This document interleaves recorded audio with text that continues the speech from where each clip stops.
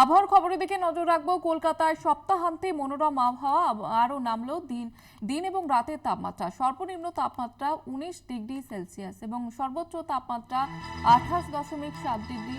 সকালে হালকা কুয়াশা এবং বৃষ্টির সম্ভাবনা নেই। দক্ষিণবঙ্গের সব জেলাতেই শীতের আমেজ লক্ষ্য করা যাচ্ছে। আরও 2 থেকে 3 ডিগ্রি তাপমাত্রা কমার সম্ভাবনা রয়েছে।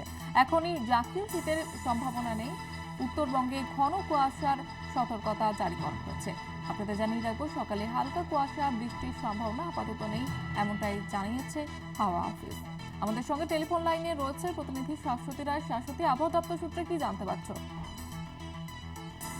পতন সেক্ষেত্রে শহর কলকাতার সর্বোচ্চ তাপমাত্রা 28.7 ডিগ্রি সেলসিয়াস এবং সর্বনিম্ন 19 ডিগ্রি সেলসিয়াসে অবস্থান করছে। আগামী 2 থেকে 3 দিনে আরো 2-3 ডিগ্রি টেম্পারেচার তাপমাত্রা নামার সম্ভাবনা জারি রয়েছে এবং বলাই যায় যে সপ্তাহান্তে একেবারে শীতের আমেজ নিয়ে সারা রাজ্য শহর থেকে রাজ্যে তাপমাত্রা নিম্নমুখী এবং বিশেষত পশ্চিমের জেলাগুলির ক্ষেত্রে তাপমাত্রার কারণ আরো বেশ কিছুটা নেমেছে।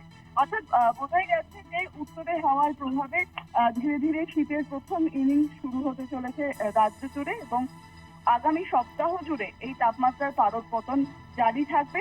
সেই অর্থে বৃষ্টির কোনো সম্ভাবনা নেই। একেবারে উত্তরে হাওয়া প্রবেশের সুগম পথ রয়েছে সারা রাজ্যে এবং বিশেষ উত্তরের জেলাগুলিতে ঘন কুয়াশার সতর্কবার্তা দিয়েছে আলিপুর আবহাওয়া দপ্তর। মালদা এবং উত্তর দিনাজপুরের ক্ষেত্রে বিশেষ সতর্কতা রয়েছে এবং বিহার সংলগ্ন জেলাগুলিতে যে সমস্ত জেলা রয়েছে সেগুলিতেও কিন্তু ঘন কুয়াশার সতর্কবার্তা জারি রাখছে হাওয়া অফিস।